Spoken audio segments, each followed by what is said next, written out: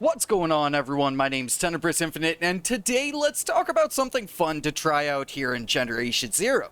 No spec builds. These are builds that forego the skill points spent on a specialization and instead use the skills to build a respectable character without the massive skill boosts specs bring around.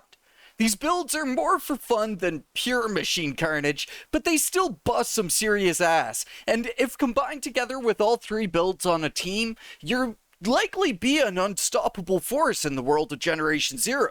If you enjoyed the video, don't forget to hit the thumbs up button to show your support. So for our first build, a proper combat build built for doing what the main objective is here in Generation Zero. Bringing death to the machines. With the skills built to focus on damage dealing capabilities, this build is a bit more of a glass cannon, but it has enough survivability to deal with huge swarms of machines as long as you manage your healing and keep on the move. Using high damage weapons like 7.62 and 50 BMG, you'll be able to swing just as hard as a meta Vanguard build with a bit more reliability and accuracy at the cost of your defenses. It's actually pretty cool swapping out the defensive capabilities of your character to focus more on hip fire and general accuracy. It's a challenge to keep your health, but the accuracy really does have an impact, especially for hip fire, which could be rather unpredictable when moving around, costing you more ammo than you need to use. Cost efficient and deadly, so let's cover the skills here. Alright, so for our skills, this is what we're looking at for this first combat build. Essentially just taking the whole combat tree and filling them all up, and going on down and choosing Trigger Happy over Make 'em Count in order to get that massive damage boost when in full auto. These skills are chosen pretty specifically here, going down the left side of the tree and maxing out weapon recoil and weapon sway in order to give the most control, in order to kind of benefit Trigger Happy the most. Then moving on over to the survival tree, we max out all of the core survival aspects, and then move on down to steady feet and pick that up. And then for the tech tree, we go on down to component damage and max that out. It's a pretty simple build overall, but it winds up being incredibly effective out in just general moment-to-moment combat. But due to the lack of Vanguard, you might not want to take a build like this into, say, a monkey mode Reaper fight, or something like that, where you're going to take a lot of damage over time. For our next build, a combat medic, designed to be the ultimate looter with the ability to heal and fight it out. A real jack-of-all-trades build, and again, really built to synergize with these other builds in multiplayer. This build will let you get more ammo than you'll ever need, all while staying alive with healing items to better support your teammates in the middle of a fight, but still having some skill points put into combat so you aren't left high and dry when things pop off. And with the power of God mode boosted by your healing skills, you wind up becoming an invincible tank for the duration of the medkit, meaning stacking yourself with these will give you even further combat capabilities overall.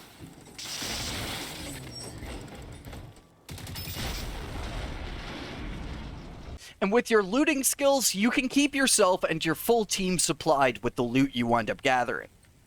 Now for this build, the whole idea is to create the most beneficial support unit that you could build in the game without a specialization.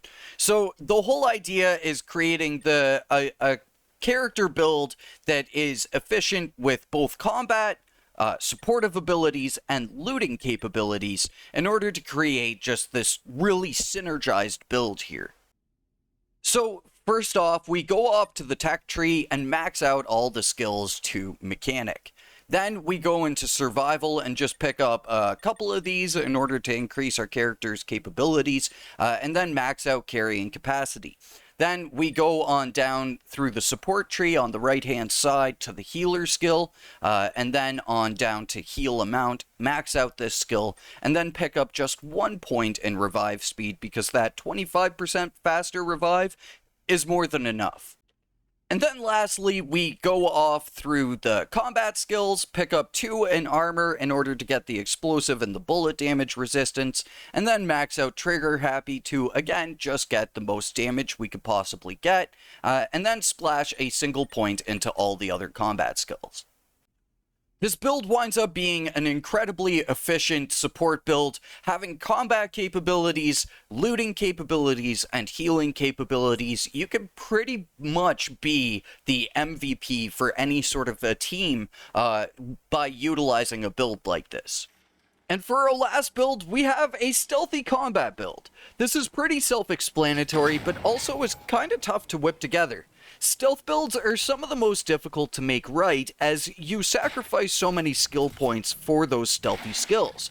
But in the end, this winds up becoming a pretty great build. GZ Stealth is weird, where you need to be able to cover yourself if you get caught out, because it's very likely to happen the moment you engage the machines. So keeping this in mind, you have to cover a lot of bases, and this is where you really stress the lack of skill points in the game. So this is kind of the best I could whip up. I'm not super happy with this one like the last two, but it gets the job done, and would be much more efficient in a team playing Overwatch than being straight on the front lines like you have to be in solo. But it still slaps overall, man, and when you play it right, you can get away with a ton of stuff, even in single player. Alright, so for the stealth build, this one's a little bit complicated, but it all comes together to synergize in a really good stealth build here in the game. So first off, we are maximizing our component damage, because the idea of this is that it's a stealthy damage dealing build.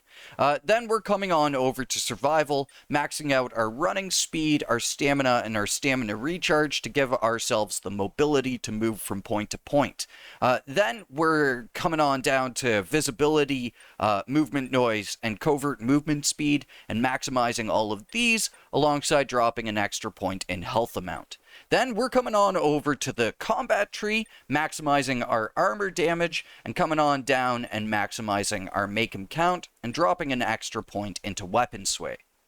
If you include a couple pieces of clothing with some stealthy abilities applied to them, then you wind up with this build that is just very, very stealthy and very low profile if you're using the right types of weapons, or you're just finishing the machines in one shot. So there we go, my dudes. 3 no-spec builds that could come together like the frickin' Power Rangers to create a synergized team to terrorize the machines. I haven't made a skill build video oriented to team play before, so I figured I'd try a crack at it with the no-spec builds. So let me know if you and your team might pick up these builds for yourself. But for now, cheers folks, thank you for watching, and I will catch you all in the next one. Until then, peace.